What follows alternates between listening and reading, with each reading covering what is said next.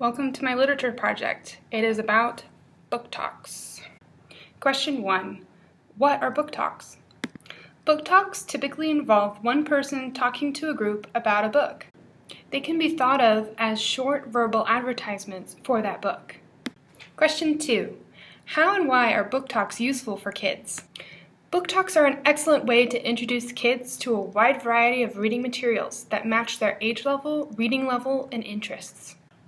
Book talks also help kids learn to associate exciting new reads with the library and the library staff. Question 3. Book talks for children are best suited for what age groups?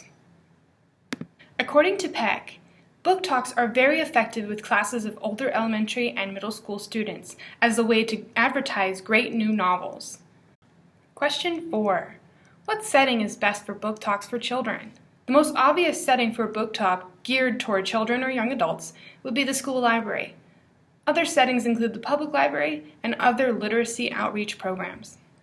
Question 5. What are some effective techniques for conducting a book talk? The goal of a book talk is to provide just enough information about the characters and plot to engage your listeners. Your goal is to leave them wanting more. The only remedy for their curiosity after your book talk will be to read the book for themselves. Make sure the book you choose to pitch is appropriate for your audience. Consider their ages, reading levels, and interests when choosing a book to pitch to them. Your sales pitch isn't going to go far if you haven't read the book yourself. If you want to be convincing, you should be familiar with plot points, character development, and of course, how the book ends. If applicable, you can read a short passage from the book. Choose a cliffhanger paragraph and they'll be left hanging too. Last and most important, keep it short. Remember that you're trying to engage 10 to 14-year-old kids. Run through your presentation and trim it down so it only lasts 2 to 3 minutes. Keep all these tips in mind when you plan your pitch and you'll do great.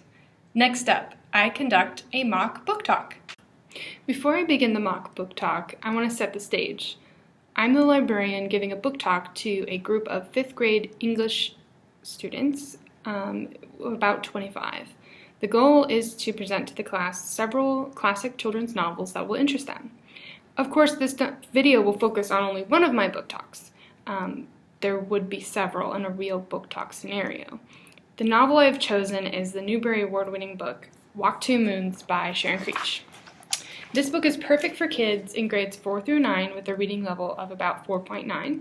It is not currently being used as a core novel, meaning it's not assigned as homework. This is perfect because the novel is engaging, challenging, suspenseful, and funny. It's a perfect candidate for a book talk. Hi guys, I'm Miss Beatty, your librarian. Your teacher has brought you all in here today so I can talk to you for a little bit about some of the exciting books we have here in the library. Has anyone read this book? It's called Walk Two Moons by Sharon Creech. Anyone? No? Okay, well let's begin. So, 13-year-old Sal Hiddle travels from Ohio to Idaho with her crazy, eccentric grandparents. They're looking for Sal's missing mother. During their travels, Sal tells them the story of her friend Phoebe, how Phoebe began to find mysterious notes left on her front porch. All the while, a potential lunatic keeps stopping by asking for Phoebe's mother, and strange neighbors move in next door and are seen talking with Sal's father. He was at the cash register paying for something, but he was staring at us while he was handing his money to the clerk. I nudged Phoebe. "Oh no," she said, "the lunatic." Phoebe hustled over to Ben and Mary Lou. "Look, quick, it's the lunatic." "Where?" "At the cash register." "There's no one there," Mary Lou said. "Honest, he was there," Phoebe said. "I swear he was. Ask Sal." "He was there," I said. Later, when we had left Mary Lou and were on our way to Phoebe's house, we heard someone running up behind us. Phoebe thought we were doomed. "If we get our heads bashed in and that lunatic leaves us here on the sidewalk," she said. I felt a hand on my shoulder. I opened my mouth to scream, but nothing came out. My brain kept saying, "Scream, scream," but my voice was completely shut off. And then Phoebe's own mother disappears without a trace. Who's been leaving these notes, and why? Who is this potential lunatic? Why is there a Mrs. Cadaver running around with Sal's father who lives next door? And will Sal and Phoebe ever be reunited with their missing mothers? All this from Walk Two Moons by Sharon Creech. Won the Newbery Award in 1994. If anyone's interested in checking out, we have several copies at the front desk, so come on up and check it out.